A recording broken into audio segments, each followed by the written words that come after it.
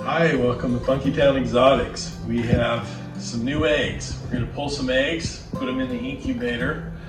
This is our 5th clutch that's been laid this year and ever, but this will probably be our first clutch of 2022 because it looks like the eggs are due to hatch right at the new year. So we'll see if they come a little early. They could come in 2021, but we think it's going to be 2022. So I'm going to pull her out right now. This is Lemonade. We believe she is a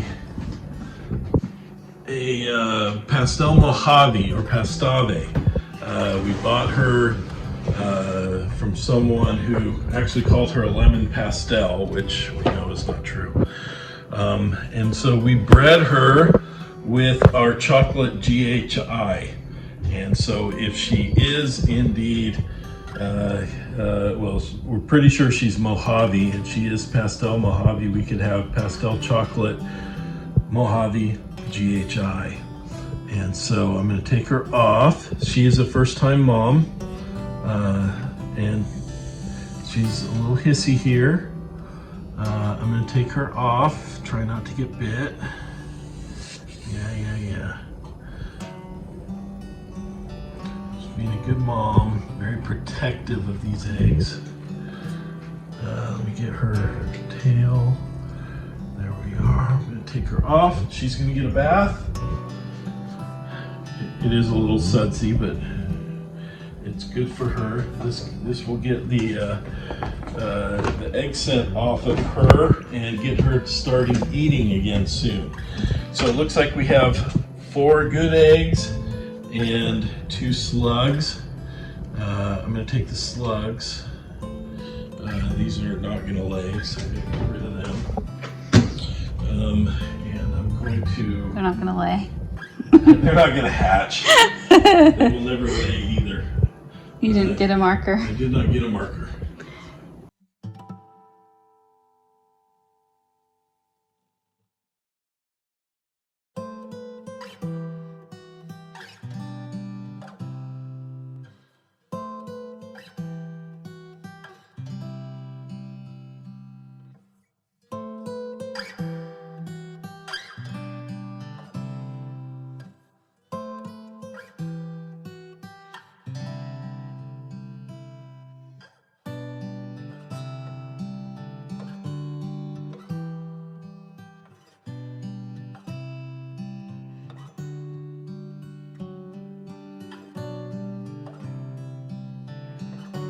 I'm holding here, this is Rollo. This is the father, the sire of this clutch. And he is a GHI Chocolate. The reason I want you to see him is because we've already had one snake pip, one of the hatchlings pip, and in fact has come completely out of its egg. And it is an impossible morph with him as the sire. Now, we don't have any record of putting anybody else with this mother. She is a Pastave, we believe, which is Pastel Mojave. So we have GHI Chocolate, he's also 100% albino, with a Pastel Mojave. Now here's the mother. This is Lemonade. She is, we believe, a Pastel Mojave. Now, she was sold to us not by a breeder, but by somebody who bought her from someone else. She was sold to us as Lemon Pastel. That doesn't make sense. She does appear to be Mojave, and she does appear to be Pastel to us. If what we've seen in there is what I think it is, then we're right about her. We just don't know how we could have gotten this with this snake, with Lemonade and Rollo. Now this is a clutch of 4 eggs. And we have already had one come out. Oh. And imagine my surprise when I saw this little head popping out and it was purple. Because Dad is a GHI Mojave and Mom is, GHI Chocolate, and Mom is Mojave Pastel. So how did we get a blue-eyed Lucy? Well, maybe we'll find out as we cut these other eggs. But this is mystery snake number 1.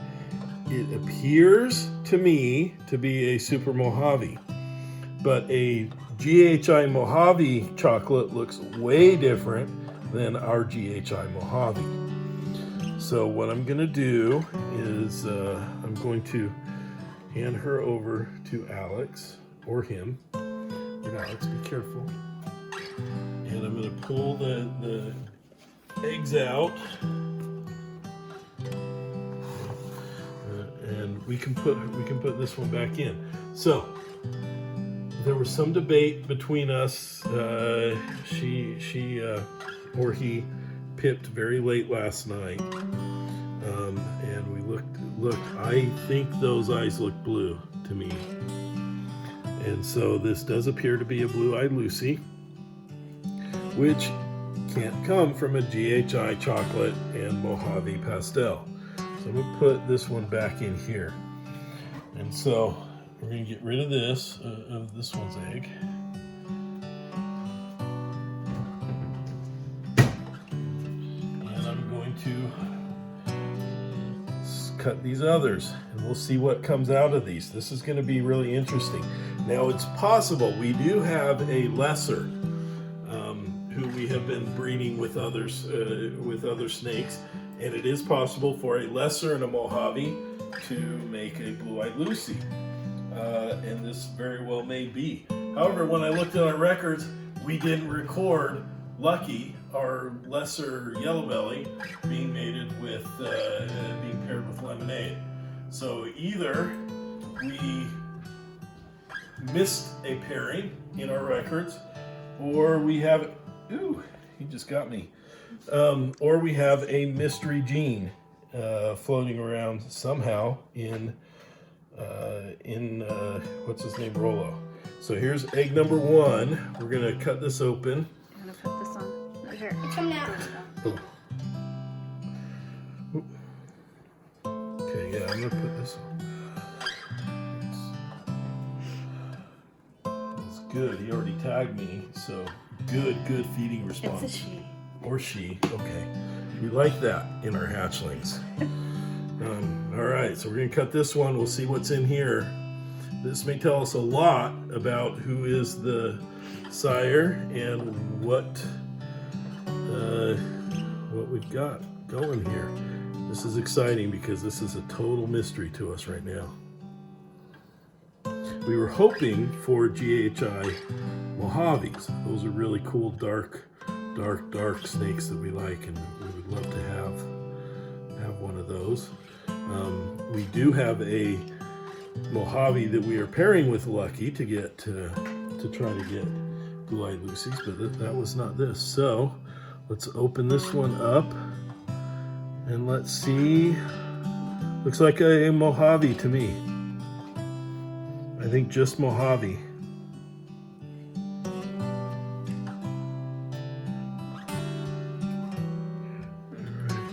So I'm going to put this down. So That's not going to give us any clues. that does not give us any clues. So we already figured there's Mojave in there. And I believe it's Mojave and not Phantom or Mystic because of the way the pattern on Lemonade comes all the way down to her belly scales. So we're going to go to egg number 3 and see what we've got here.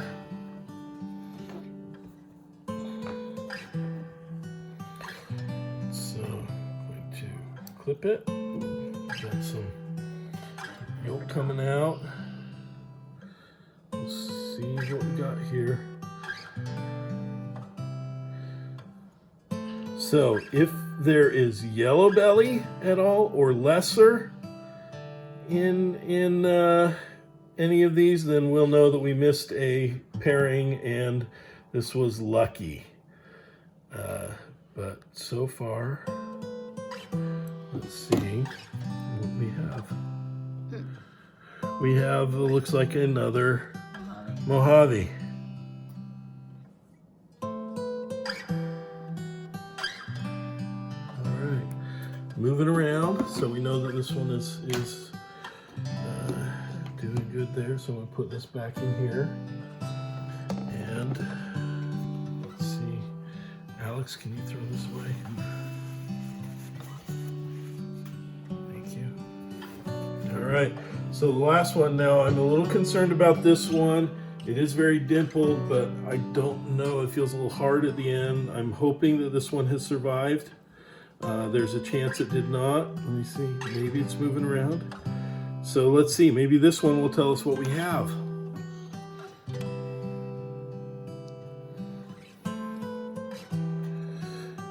Now, if Rollo is the father, then all of these will be 100% het albino. No, they will be 50% het albino because he is 100%. That's right. Sometimes I usually know what I'm talking about.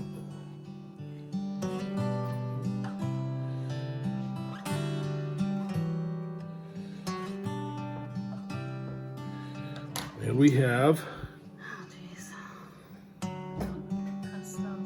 GHI. I think a Pastel GHI.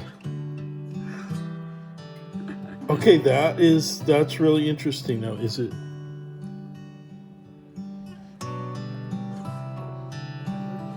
don't know.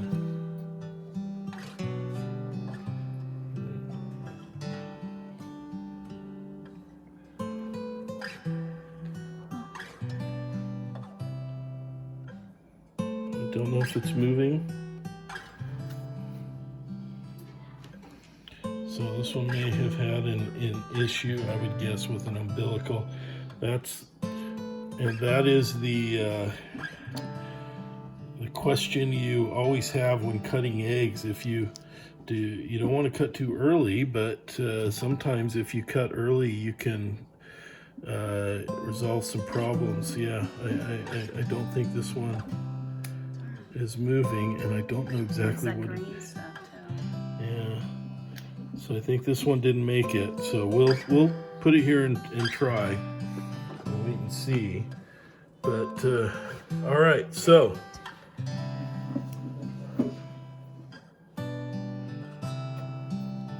we have a blue-eyed Lucy. We have two what appear to be Mojaves, and a possible Pastel GHI. Well, I'll have to look on that one. That's certainly an interesting pattern. Right. Hi, welcome to our instant update. I'm adding this on to the egg cutting video because number one, it's been a few months.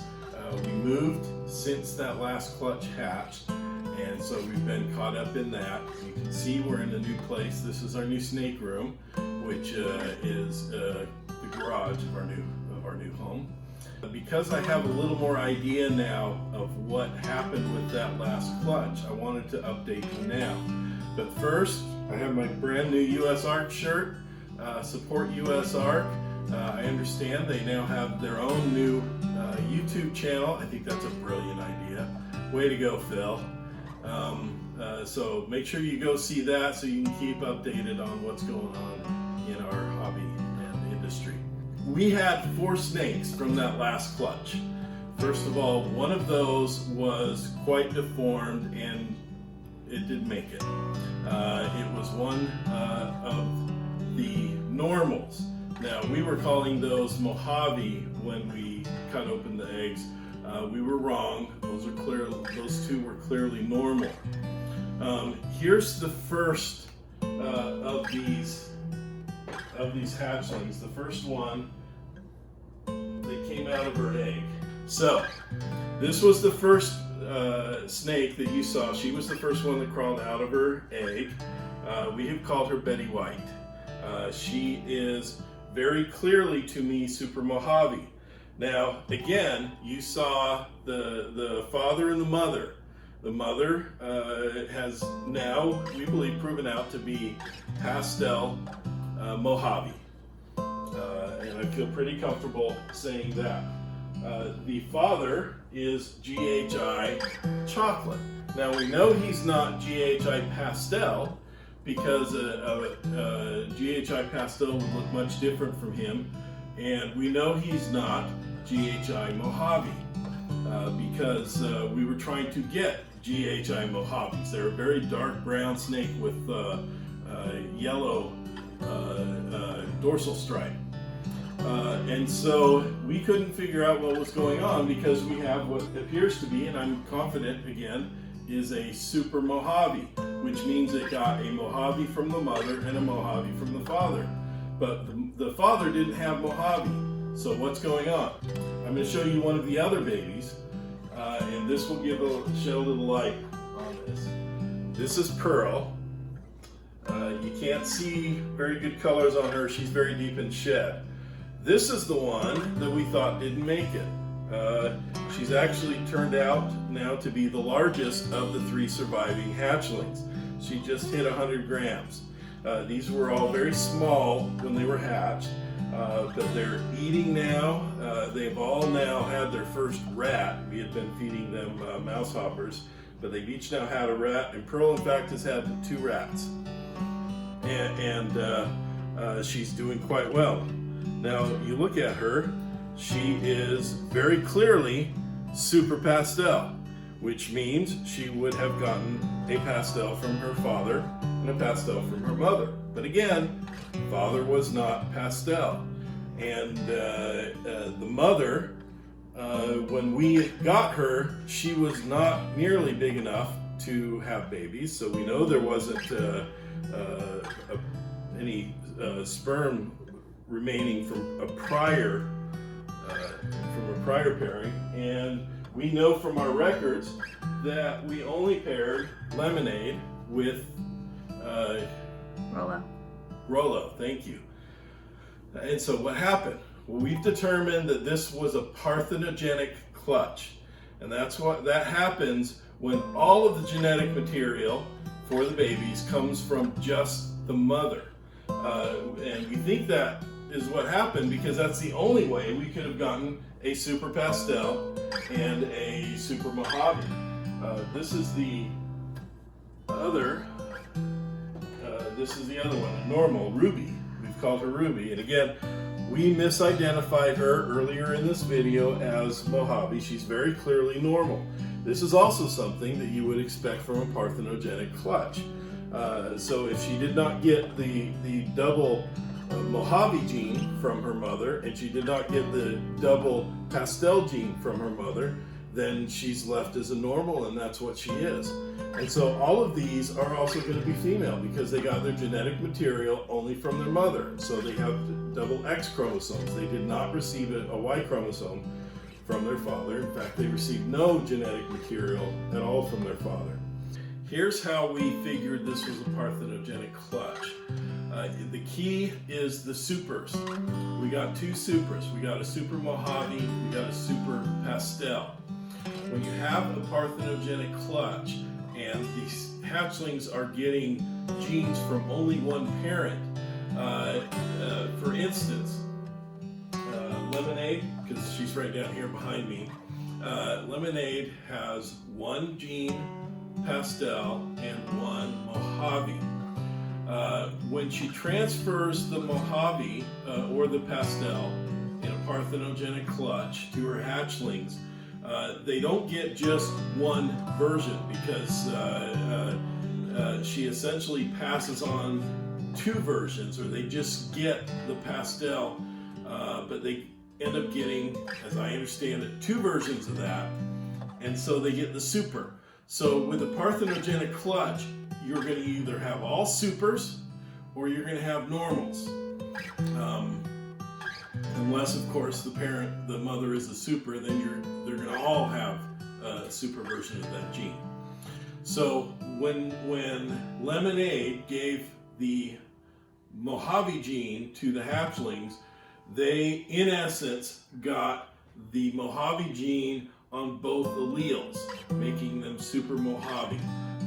When they got the pastel gene, they got both pastel. Now the super Mojave may also be super pastel. We can't tell. We know she's super Mojave. And so if she is heterozygous, meaning she has one Mojave and one Pastel as we have here, if the hatchling doesn't get any of those, then you're going to have normals. So when you have a clutch that is parthenogenic, you're going to generally have supers or you're going to have normals. And so that's how we were clued in that this was a parthenogenic clutch. The downside with parthenogenic clutches is that they are not always the healthiest, and we saw that we had one egg that went bad while they were in the incubator, and then we have the one that was grossly deformed, which died, and so that's to be expected. These are going to be our pets from now on. With parthenogenic hatchlings, snakes that were born parthenogenically, it's not certain that they will be fertile, be able to have their own hatchlings and their own eggs, and their lifespan is generally not as long as non-parthenogenic snakes. So these are going to be our pets. We're not going to be selling them on Morph Market, but we thought it was really fascinating, really interesting that in our fourth, it was only our fourth clutch, we ended up with a parthenogenic clutch. I recall not too long, a couple years ago, seeing all over the news when a ball python in a zoo in Kansas City or something like that had a parthenogenic clutch, and it was all over the news. And you know, that's fine, but in talking with other breeders and seeing material on YouTube and elsewhere, it is not completely unusual or completely unheard of. And so it's not surprising that along the way somewhere a breeder will have a parthenogenic clutch. We love these snakes. They are all healthy. The ones that survived have no kinks or anything, and so we are confident that they're going to grow up. They're eating well, and that they're going to be healthy, and we're going to try to have them for as long as they stick around. We just thought it was a really fascinating, really interesting clutch for us because it was parthenogenic, completely unexpected, and that it's a good opportunity to share with others how this can happen, and maybe even show a little how often it can happen. I think it happens a lot more than we realize. In fact, our third clutch is very interesting because that was a exanthic female, exanthic mother, visual exanthic, with a pied-head exanthic father. All of the hatchlings were exanthic and all of them were female. We do not believe that was a parthenogenic clutch, though, as I think the odds of 2 parthenogenic clutches in a row is pretty remote. But I think it's interesting. So if you have a clutch that turns out completely unexpected, we were thinking there was an unknown gene or undiscovered gene in one of the snakes. Turns out it was just that the snakes the hatchlings got both genes from their mother and none from their father. Please subscribe if you like our videos. We will, now that we're moved in and settled a little more, we'll try to have more videos as we go along, particularly as we start getting more clutches. We would love to start with egg cutting videos. We don't have any eggs in the incubator yet, but we do have one female who I believe is going to be laying within the next couple of weeks.